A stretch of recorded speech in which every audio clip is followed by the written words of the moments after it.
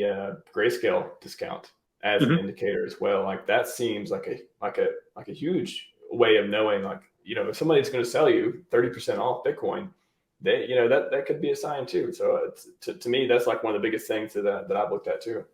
Yeah, I think institutions are definitely shorting through Grayscale. It's also interesting when you look at how many shares exist versus the ratio of Bitcoin that are owned. And so Grayscale is definitely to the benefit of institutions.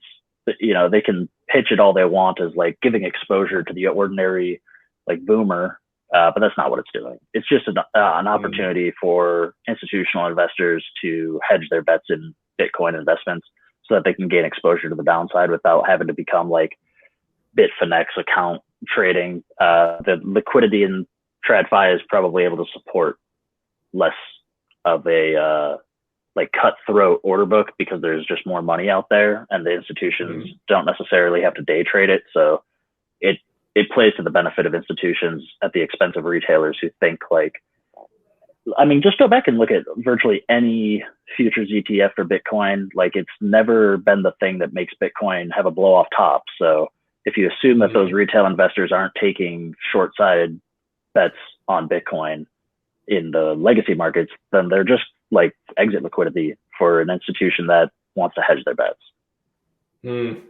Well, speaking of boomers too, what do you think of the retirement of a lot of them going on, and it kind of has started and will continue for a while? Do you think that's going to drag out the macro bear market, like of all the markets, or how do you think that's going to affect the economy? That'll be interesting. That's enough money where there's going to be a lot of nuance and unpredictability, but I do see the wealth transfer occurring. Unfortunately, I don't see the wealth transferring from like the boomers to the younger generations. I see it transferring from boomers to the state.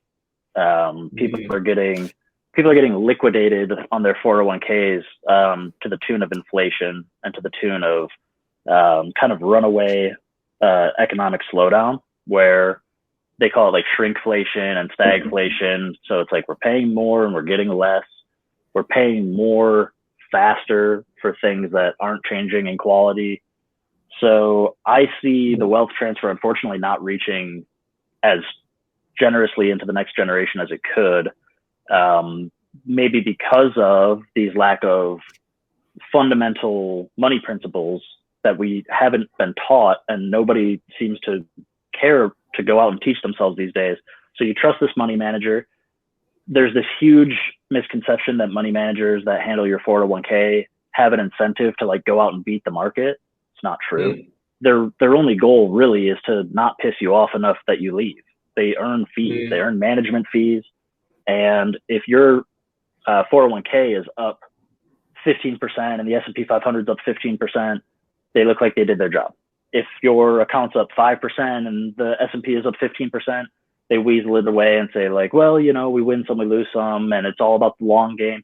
But all they're trying to do is hold on to your money for as long as possible to earn the 2% or whatever they're getting, a portion of a percent on decades of your business. Because if you were to open up your statement on, say, like the COVID dip, and you go, oh, that's what minus 30% looks like, you might blame that institution and go find a competitor. So they're not in the market of making risky bets with your money. They are in the business of keeping you complacent and largely unaware of what competitive performance really looks like, because they want to have as many accounts on the book as possible with very low risk bets that allow them to just hold on and scrape fees for decades. So their primary thing they go after is having the most capital under management possible. Yeah, pretty much. I mean, within certain risk metrics, but you'll never, it's like such an illusion. They come into your office and they show you like, hey, you can be in the conservative investments or the high risk. And if you're younger, maybe go higher. None of that stuff is going to be more than 2 or 3% off. They're overwhelmingly like super diversified, so that there's really no way to pin them down as the reason that your account's underperforming, or if it's overperforming, then they're just making better fees typically. So it's kind of like a smoke screen of value, and people just like to have the peace of mind. Maybe it's because we really haven't been taught these financial principles typically, like in the public school system. If you went to college to study music theory, you probably didn't learn a ton about money management. So there's a peace of mind aspect that takes people a long way, where it's like, you could just invest in the S&P 500 and reinvest dividends, and you'd probably beat that money manager without all of the freaking fees that they're charging you. But of course, a lot of people like the 4 to 5% of free money that their employer matches, and like that's a good deal. Free money, Richard will tell you, good money, free money is always good.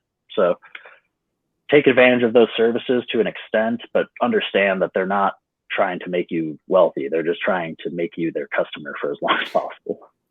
The least amount of they're trying to make you happy, essentially happy enough to not to leave them. Yeah. Just as long as you're complacent, then they're doing their job.